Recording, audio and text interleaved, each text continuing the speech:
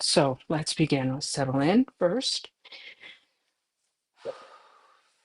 Gather the mind into the present moment.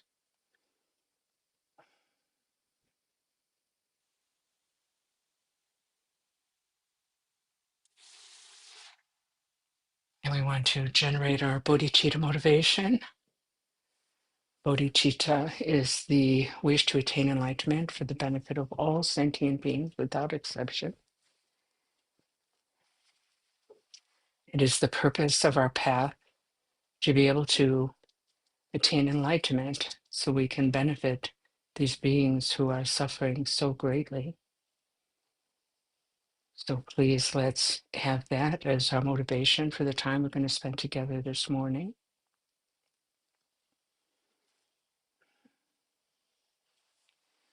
Gunsanda Sangarab Shiri Sam Pema Karajiva Nishunga Susun Pnatatin Kasaso Katana Manamna Sowada.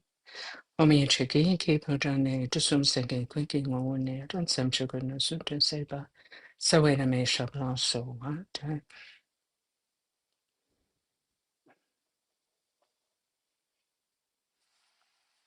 All right. So this morning I want to discuss the 8 verses, the mind training in 8 verses by Langri Tangpa. Okay, so there it is. And we're going to be discussing this, and depending on the time, we might continue discussing it next week if we don't get done with it this week. Okay, so normally when we think about compassion, it's kind of, I want to say light. It's a little bit surfacey. Good morning, John. I don't know if I said that already, but good morning. It's not very deep and it doesn't require any sacrifice. Normally, it's kind of, we envision it as a sort of nice feeling, like almost like a small act of kindness towards others. Might require some action, but maybe not so much, But when Langri Tangpa talks about compassion, or when masters talk about compassion, or when Shantideva talks about compassion, it's very deep. It's very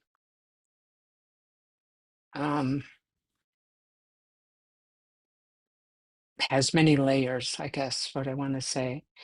So these verses kind of outline that, um, and show the lengths to which ideally we would go in order to develop and maintain and act upon our compassion.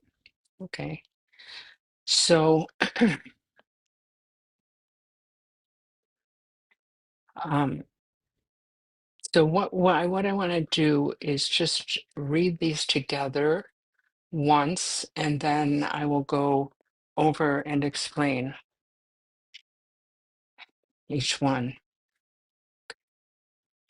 Wishing to attain enlightenment for the sake of all sentient beings who excel even the wish-fulfilling jewel, may I constantly cherish them all.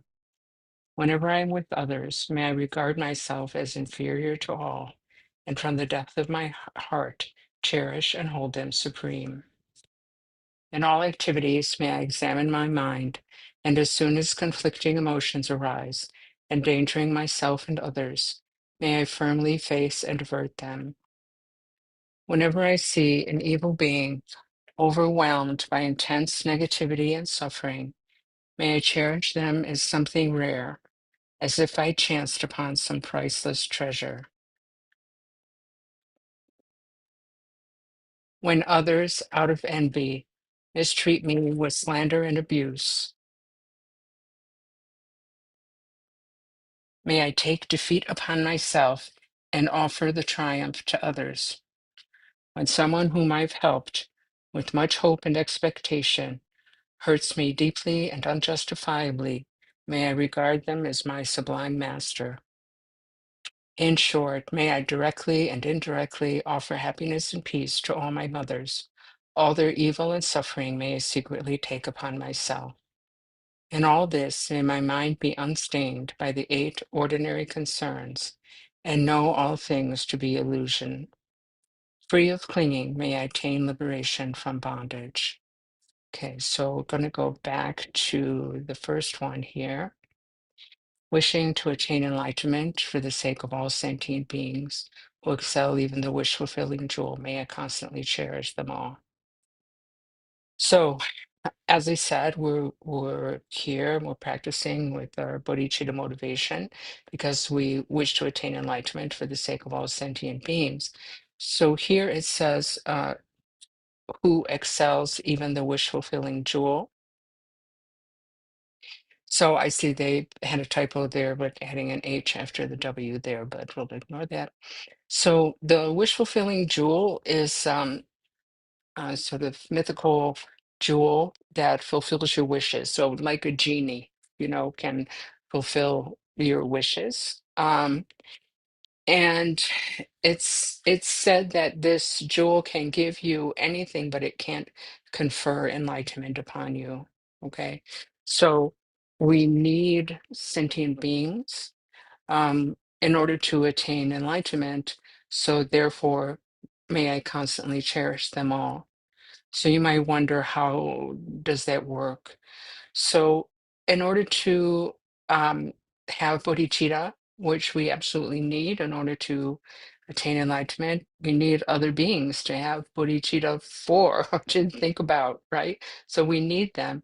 We need um, people to, or beings to challenge us so we can develop patience and compassion and the other generosity and the other qualities that lead us to enlightenment or are part of enlightenment. So we actually need all sentient beings, right? Uh, so in order to attain enlightenment, so therefore we should really cherish them. So it's an interesting point of view, isn't it? Kind of not the way we normally look at things. So then the second verse there is, whenever I am with others, may I regard myself as inferior to all, and from the depth of my heart, cherish and hold them supreme. So this is not an invitation to have an inferiority complex, okay? We don't need to feel inferior uh, in general, but this is just saying that we want to put others first, right? Which is kind of can be quite difficult for us. That's why we have a practice like Tonglen, where we're taking on the suffering of others and offering them our own happiness, right? So I'm sorry, can just hold on a second, please.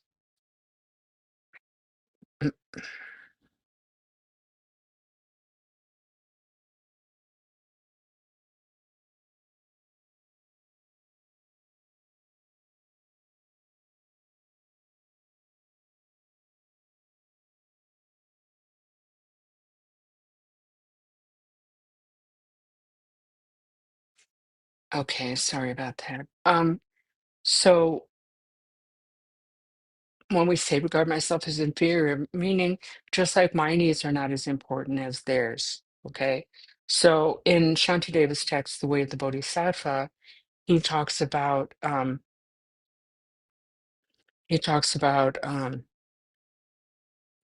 first we try to see others as important as ourselves, right? Normally what we're doing is always putting ourselves first in one way or another. And we might not recognize that, right? It's really simple things where we put ourselves first. A friend calls us and we know that they're in need, but we're not in the mood, so we don't pick up the phone, right? That's putting ourselves first. Um, or we're driving and we want to get somewhere and we don't care who we cut off, or who we put in danger by speeding or whatever. That's putting ourselves first. And the example I always give about the grocery store and, running to try to get the shortest line in front of somebody else, that's putting ourselves first. So it's these little things that we do. And of course, there's bigger things that we do. Um, like intentionally or unintentionally hurting others. That's putting ourselves first. So this instruction is about thinking about others and cherishing them and holding them supreme and just doing what we can to help them and to avoid hurting them and so forth. Okay, so then the third verse here. Okay, I don't know. I hope this sound isn't disturbing you. I don't know why this dog is crying. So anyway, in all activities, I examine my mind, and as soon as conflicting emotions arise, endangering myself and others, may I firmly face and avert them. So, in all activities, may I examine my mind. So that means we're not just mindless, right? Like we're always aware of what's going on in our mind. Is anger arising? Are we being, kind? Are we having a lot of negative thoughts? This kind of thing. And what really helps with that is, of course, meditation. Okay, so through meditation, I mean, we don't need meditation to know what's going on in our mind, of course, but regular meditation practice does help us to recognize what's happening in our mind with greater frequency and also to have some, you can't hear anything? Mm, Morning, Melina. Okay, hang on. I'm sorry. Let's see.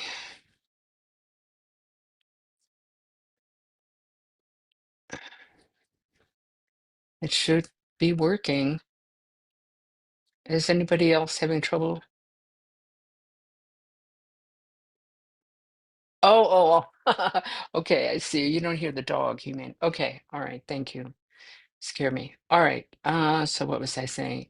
Examining our mind and meditation and how it helps us to realize what's going on in our mind, with greater frequency and also to be able to have freedom from acting on every single thing that comes across our mind, to have some freedom of choice for how we behave rather than this kind of knee-jerk reaction to everything. Okay. So we want to be always kind of examining our mind no matter what we're doing. So in all activities, I examine my mind. And as soon as conflicting emotions arise, so conflicting emotions are negative emotions, right? Anger, pride, jealousy, um, uh, um, etc. Okay, hatred and so forth. Okay, conflicting against what? Conflicting with our true nature, our Buddha nature, our enlightened nature, our basic goodness. All those things are not are in conflict with our true self. Actually, endangering myself and others. Wow. Okay. So how are these emotions endangering myself and others? So they endanger myself because if we create negative karma, okay, we have to understand that our thoughts, our mind is the most important thing, the crux of the matter, okay?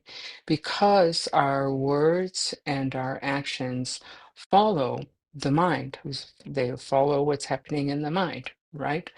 So, Uh, therefore, to train the mind is more important than trying to train the speech or the actions.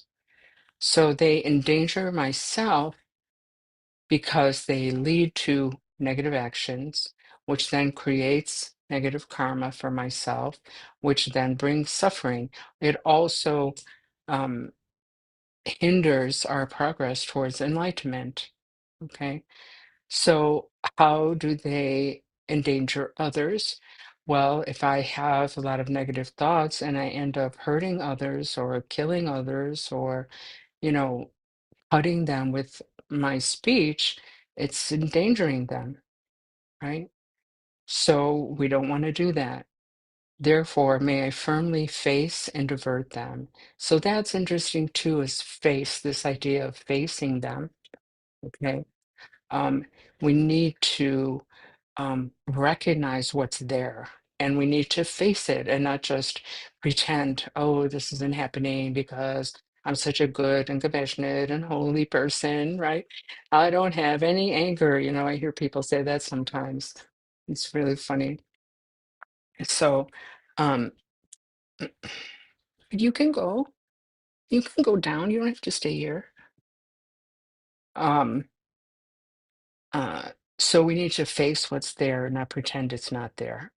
I don't have any anger. Oh, I'm never jealous. Okay, maybe, but maybe you should look at that because it's not usually true. Okay. So we got to face what's there and then avert them. So averting them doesn't mean, you know, pushing them down. Um, Mhm. Go down. It's okay. Go down if you want to go down. Um, I'm so sorry. She was so fine when we started, and suddenly she's acting weird. So, avert them. So, averting them doesn't mean shoving them down, ignoring them, repressing them, whatever, right? Averting them means applying the antidotes. Okay. So the antidote to anger is patience. The antidote to miserliness is generosity, and so forth, right? So we can apply the antidote to these things and avert them to these thoughts and emotions, and we avert them before they become actions. Okay, so now I think this verse becomes a little fuller, right? In all activities, may I examine my mind, and as soon as conflicting emotions arise, endangering myself and others, may I firmly face and avert them. Okay. So now we get to the uh, next verse. Whenever I see an evil being overwhelmed by intense negativity and suffering, may I cherish them as something rare, as if I chanced upon some priceless treasure. So whenever I see an evil being, um, so we don't usually use this kind of terminology, evil being, right? But we can think of, people we don't like, or people that we think are bad people, or people who have hurt us, this kind of thing. Okay. Overwhelmed by intense negativity and suffering. Now, that is also a really interesting phrase, isn't it? Overwhelmed by intense negativity and suffering. So there's already compassion there for them, right? And if we think about it, times when maybe we've been kind of out of control, or we've acted in a very negative way towards someone, and we're kind of always willing to give ourselves the benefit of the doubt, right? So we'll say things like, I'm just going through so much right now. I normally wouldn't have said that, or I normally wouldn't have done that, or I'm under so much stress, or I really, I'm really not feeling well, or I didn't sleep last night, this kind of thing. Yeah. We're overwhelmed. We're overwhelmed when we act in negative ways. Okay. And we're suffering. And this is what we say, all of our actions, positive, negative, even neutral, are done because we want to be happy and we want to avoid suffering. Okay. So even drinking a glass of water or sitting down when our legs get tired is because we want to be happy and we want to avoid suffering. Yelling at someone, lying to someone, hitting someone, saying nasty things to someone is because we're suffering, and we have this mistaken view that if we do or say these things, we won't suffer anymore. Or they'll learn their lesson, or they had it coming, or whatever. And we feel like that's going to bring peace to our heart. The problem is it never does. Maybe the initial thing, the initial action is kind of um, feels good, you know? Maybe that initial action, there is some relief there, right? But if we look just after that, then we see that um, we see that there's discomfort. But we have to be quick, because usually what happens is we feel a certain way, then we do whatever kind of negative action, and there's that kind of juicy feeling at the beginning. It's like, yeah. And then we just keep going, and we don't notice that after that we start to feel quite bad, kind of nauseous, even a little bit inside. So it's suffering. It's suffering before, it's suffering during, and it's suffering after because of karma, because of law of cause and effect, right? So whenever I see an evil being overwhelmed by intense negativity and suffering, may I cherish them as something rare. So you'll notice too throughout, I'm changing him to them because it's gender neutral. So just so you know, that's what I'm saying. You should try to fix it on this document. I really don't know how. Anyway, may I cherish them as something rare, as if I chanced upon some priceless treasure. So that's odd, right? Whenever I see an evil being overwhelmed by intense negativity and suffering, may I cherish them as something rare, as if I chanced upon some priceless treasure. What the what? Okay, so why we say cherish them as something rare? Because really, if we look at it, uh, we are we don't have many people like this in our lives. Most people in our lives are either neutral and not doing anything positive or negative, or positive. There's not that many people that we would say, I hate this person, or, I have a bad relationship with this person. So it's kind of rare, you know? And, but why do we cherish them like a priceless treasure? Because we need those people, like I was saying in the first verse. Okay, we need people to challenge us. We need people to um, uh, help us develop patience and compassion and so forth. So they're necessary. And also, in addition to that, they are purifying our own negative karma, right? So there's nothing that can happen to us that we ourselves did not create the causes for, right?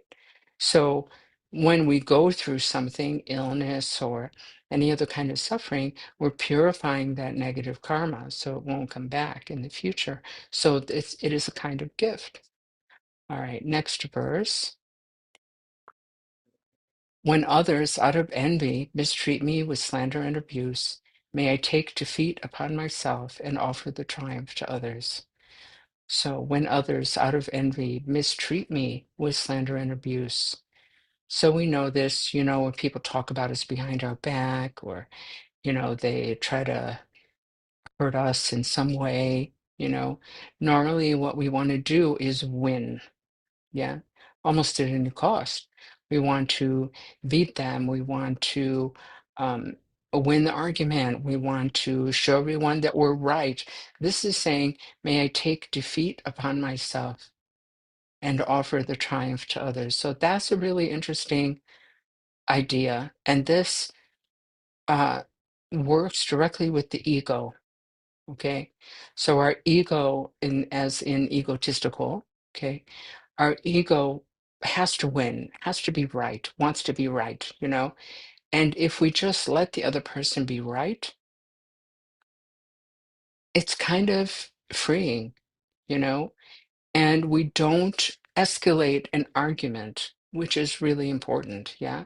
We can escalate an argument to the point of, uh, of violence with this attitude of I must win at any cost. Now, of course, this kind of logic is not going to apply to every single situation in which we find ourselves. For example, if you see your neighbor abusing their dog or abusing their kid, of course you don't want to just say, "Oh, I take defeat, it's fine what you're doing." No, of course you want to try to fix that, right? So we have to also like use our head. But if we're arguing with somebody about, I don't know, the color of a car, or if the dress is blue or gold, which if you know, you know, um, or, is modern art, whatever, these kind of little constant arguments that we can get into with each other, especially over the internet. Um, we can just let it go. It's not that important, you know? There's no reason to feed our own anger and hatred and also inspire the other person to feed their anger and hatred. Okay. It's just for nothing. So just let them win. It's okay. It's okay. It's often okay. Again, not, of course, not always, but we should watch, how, if we're mindful, how much we actually argue with others, you know, um, and how we feel this driving, uncomfortable kind of compulsion to win the argument. Okay. It's not always necessary to win the argument. In fact, majority of the time, it's not necessary. And better to keep a peaceful, loving, compassionate heart, help the other person to keep a peaceful, loving, compassionate heart, than to kind of work in a frenzy towards the opposite. Okay. So we have three more verses. So we're going to cover these last three verses next week. Okay. Meanwhile, if you have time, it would be great to read this again and again. I can, I'm not sure how to get it to you though. I'll think about it. If I can figure out a way to get it to you, I'll put it in the description of this video later, like a link to it. I think it should be fairly simple to do that. Uh, yes, yes. May I take defeat, Luba says, may I take defeat upon myself, such a great and powerful statement. Plan to keep in mind during meditations. Yes. So when Rinpoche gave us this, there's 8 verses, okay, and the first 7 are kind of relative truth, and the last one is absolute. And all this, may my mind be unstained by the 8 ordinary concerns, and know all things to be illusion, especially that line. Free of clinging, may I attain liberation from bondage. Okay. So what Rinpoche wants us to memorize these 8 verses and also to practice one verse a day with the last verse. So Sunday, the first and last, Monday, the second and last, Tuesday, the third and last, etc. Okay? Because we're mingling the relative and absolute together. Okay? We're bringing in the emptiness aspect so that we can do these things with a kind of pure mind. So if you want to do that practice, I highly, highly encourage it, or at least to read this over and contemplate, contemplate them between now and next week, and come with any questions that you have, and we can discuss it more next week. Okay. So any questions right now, put them in the chat, and then we'll do some meditation.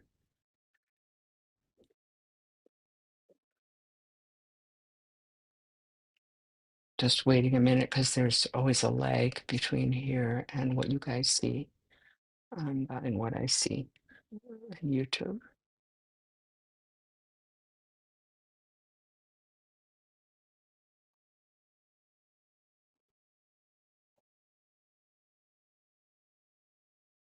Okay, I don't see anything. So let's do some meditation then. And I know that everybody I see on the chat knows very well how to meditate, but I don't know who else is here and who else is going to see this video down the line. So I will give the instructions. So if you're sitting on a bed or you're sitting on a floor on a cushion, just cross your legs in whatever way is comfortable for you. If you're sitting on a chair, just make sure your feet are flat on the floor in front of you, as that is the best way to support the rest of this posture.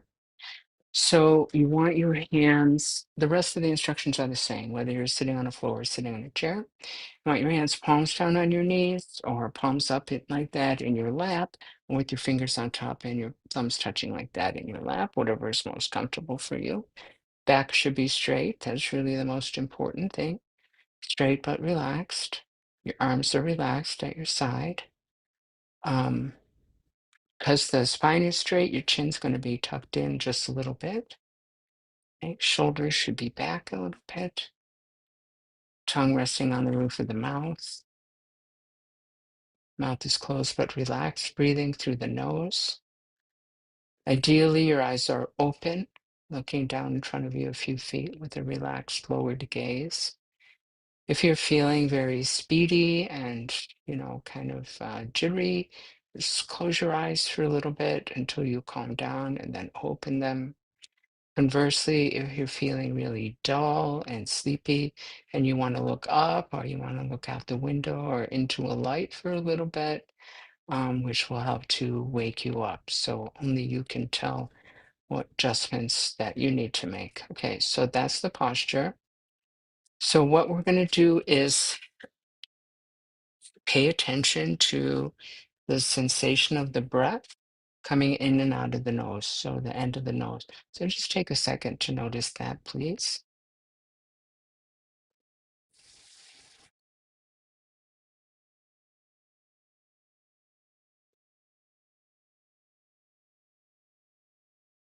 Okay, so that's going to be the focus of our awareness, relaxed awareness. And then we're going to just let the thoughts come and go. So we're not trying to control the thoughts, like I must only have good thoughts. We're not trying to push them away. Oh, why am I still thinking? I shouldn't be thinking. We're just letting them be. That's all.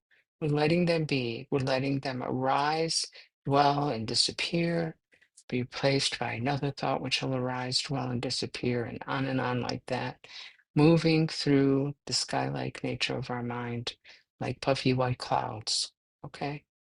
Moving through the sky, paying no attention to them. Unless you want to just label that thinking, come back to the breath. It's also important to know that we're not judging the thoughts. Best, most holy thought in the world is still just a thought in meditation. The worst, most evil thought in the world is still just a thought in meditation. Okay? Doesn't matter. Just keep your mind on the breath. When you get distracted, simply bring the mind back to the breath. That's it. And if you get distracted two breaths later, as soon as you realize that, bring your mind back to the breath. It's very simple. Not necessarily easy, but simple. Okay, so let's begin that now.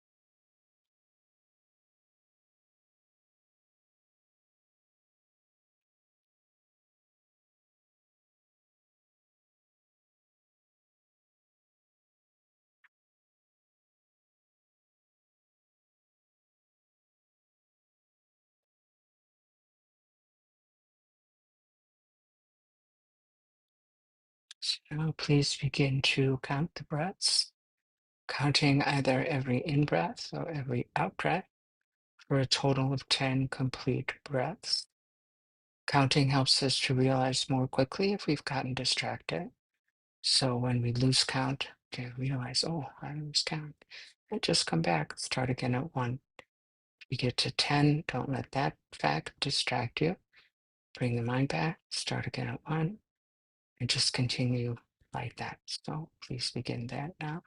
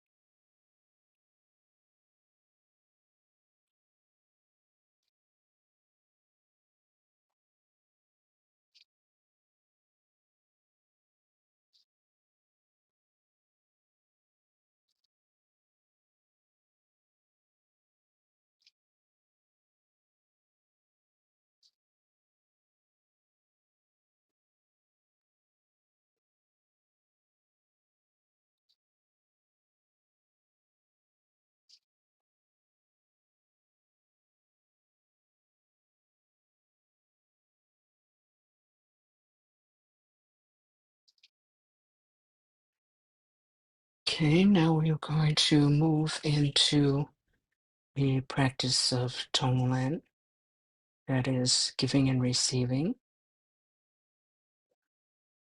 So um, today we're going to do this practice with someone we dislike in mind. So, um, you know, you know, you know the person I'm talking about in your own life. And this is to kind of coincide with the 8 verses where they talk about, um, someone being overwhelmed by intense negativity and suffering, and their so-called enemy is our teacher and things like that. Okay. So for this practice, if you want to close your eyes the whole time, that's perfectly fine. Or you can keep them open, or whatever you want to do is fine. So we begin by just resting the mind. So just let the mind settle into its natural state. We're not concentrating on anything at the same time. We're not distracted.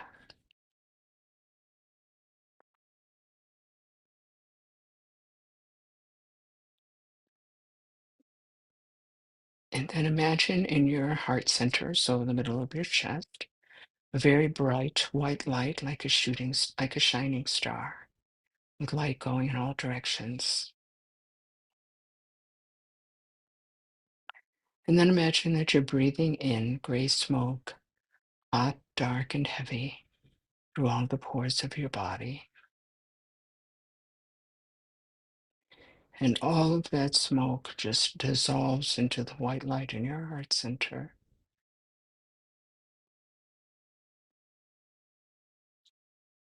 until there's not a single particle left. There's only light.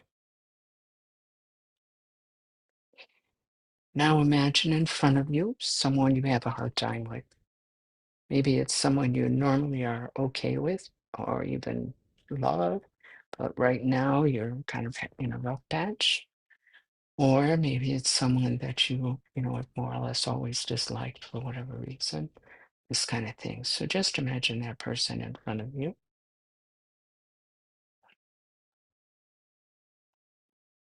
So in this case, the first thing we want to do is to consider the changing nature of relationships.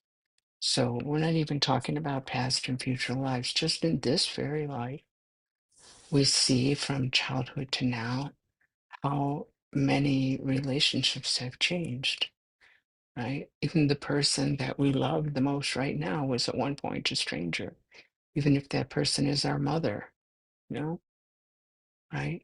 So let's say a romantic love, somebody was a stranger, then maybe a friend, and then someone, we had a romantic love relationship with, and then maybe they hurt us very badly, and then we hated them, and they were kind of like an enemy, and then, we left each other's lives, and now we don't even know if they're alive or dead, so they're kind of a stranger again, right? And we've just many, many relationships like that. So um, we're asked to contemplate that because we have a tendency to think at either end of the spectrum. So someone we're very much in love with or someone that we really have a hard time with, we tend to solidify that and think that it's permanent. So we need to understand it's not permanent, that things change all the time. Okay? And then we want to just try to see this person as just another person, right? We don't need to be so heavy-handed with the label that we're putting on them. Just another person. And then to try to see where their negative behavior is coming from, right? Remember, like everything that we do, say, act is done because we're suffering and we don't want to suffer and we want to be happy. So it's the same for them when they have acted in ways that have harmed us. It's ultimately out of their own suffering, right? They're suffering and they have this mistaken belief that harming us in some way is going to take away their suffering. Now, it doesn't mean that whatever they did is okay. It Doesn't mean we have to accept abuse. It's just how we feel in our heart towards this person. That's what this practice is about, right? So if we think of their suffering, whatever it is, physical, mental, emotional, then it's just an invitation to have some kind of compassion for them, because whatever they're going through or what they did go through in their life. And then we want to think about the fact that, we might really dislike them, but others might really love them. When people aren't monolithic, even if they're really mean to us, it might be really nice to others. It's just the way it is. So that hatred doesn't reside in them, it resides in us. Yeah. Otherwise, everyone would hate them. And if they're a really negative person, there probably are a lot of people who dislike them. Yeah. But that's a source of suffering too, because usually this kind of person doesn't understand why people don't like them. And they tend to see themselves as a victim, like people are just mean to them for no reason, or people don't want to hang out with them for no reason. And this is also a kind of suffering, yeah.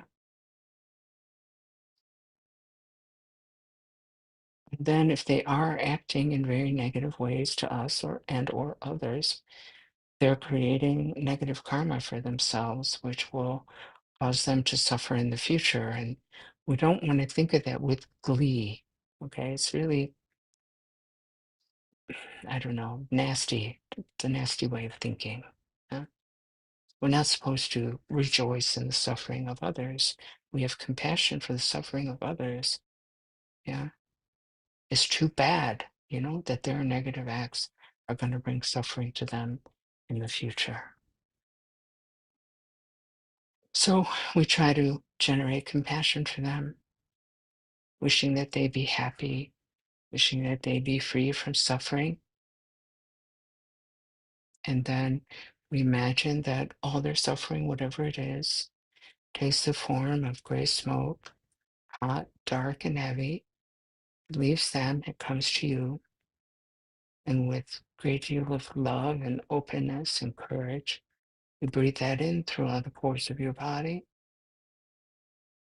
and all of that smoke dissolves into the white light in your heart center until there's not a single particle of smoke left.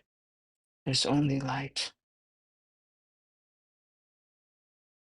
And then you offer this person all of your happiness, anything at all that they may need, your good fortune, and adding to that the wish that they attain full enlightenment in this lifetime.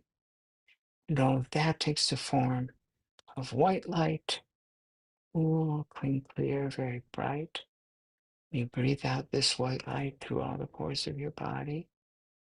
When the rays of light touch this person, their suffering just lifts off of them like a great weight just being lifted off their shoulders. And they feel suddenly so relaxed, peaceful, at ease. And you feel joyful for being able to do this for them.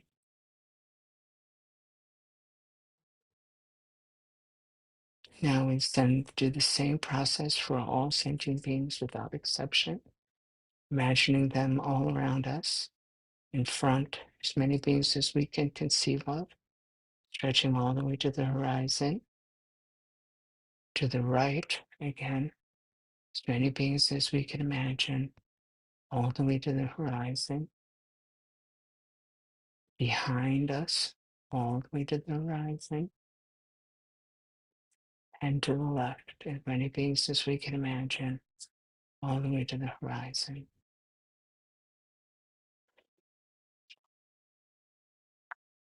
So now we're in the middle of a sea of sentient beings, all of whom, like us, wish to be happy, wish to avoid suffering, all of whom, just like us, suffer nonetheless, physically, mentally, emotionally. So we imagine whatever kind of suffering all these beings are going through, takes the form of gray smoke, heavy, hot, dark. It leaves them and it comes to you again with a great deal of love and compassion and bravery. You breathe that in through all the pores of your body. And all of that light dissolves into the white light in your heart center.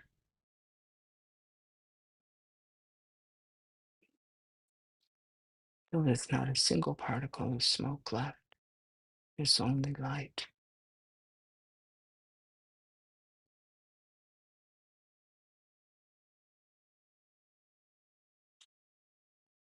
Then you offer all these beings without exception your own happiness, your own good fortune, anything at all that they may need to feel better, and the wish that they attain full enlightenment in this lifetime. And all of that takes the form of white light, cool, clear, very bright, light and weight. Each and every pore of your body emanates a ray of this white light in every direction as far as the eye can see.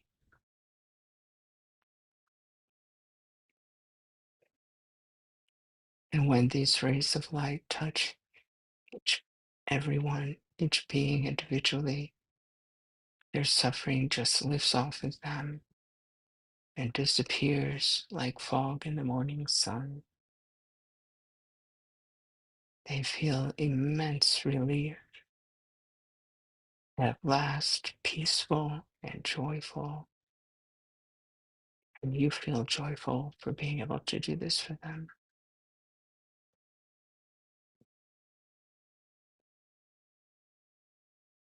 Now you let go of the visualization altogether, gently bringing the mind back to the breath, using the breath, keep the mind in the present moment, here and now.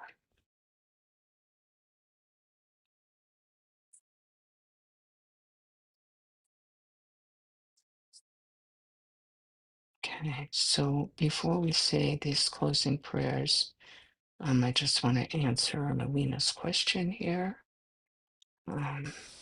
She says, regarding the 8 verses, so some of these seem to address compassion directly, and some seem to facilitate it by reducing self-centeredness. Is that correct? I would say yes, that is correct. Because if we look at it, I know the biggest obstacle towards having, really great compassion to all is self-focus, right? Self-centeredness, putting ourselves first, and the fear we have in trying to protect our ego. Yeah, all of those things, and our sort of misunderstanding of the nature of reality and so forth, right? So yes, there's two different ways to come at developing compassion. So you are correct. All right, so let's do these closing prayers. And now I have a couple of announcements for you. So please hang on for that. Okay. So we're just going to say these long life prayers in English, starting with the Dalai Lama and then Jigme Rinpoche, etc. Okay.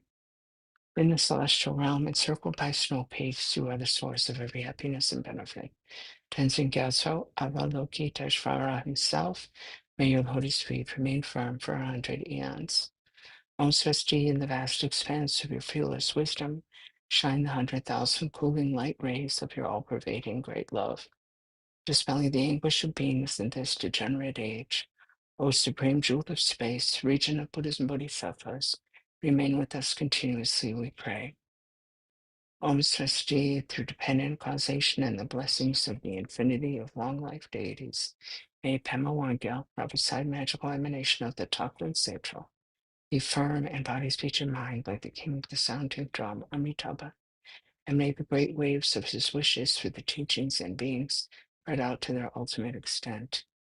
We pray for the good health of the lamas. We pray for their precious lives to be long. We pray for their activities to spread and increase. May we be blessed, never depart from them. We'll do all these in English too, as well, and then the 100 syllable. This merit may all attain omniscience, may defeat the enemy wrongdoing. From the stormy waves of birth, old age, sickness, and death, from the ocean of cyclic existence, may I free all beings.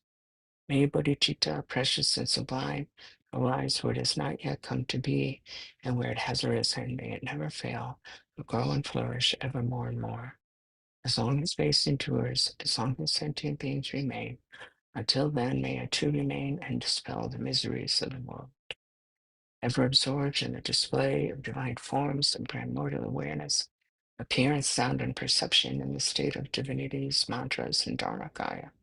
May I, inseparable from the practice of the profound and secret great yoga, attain within the essence of mind the state of one taste.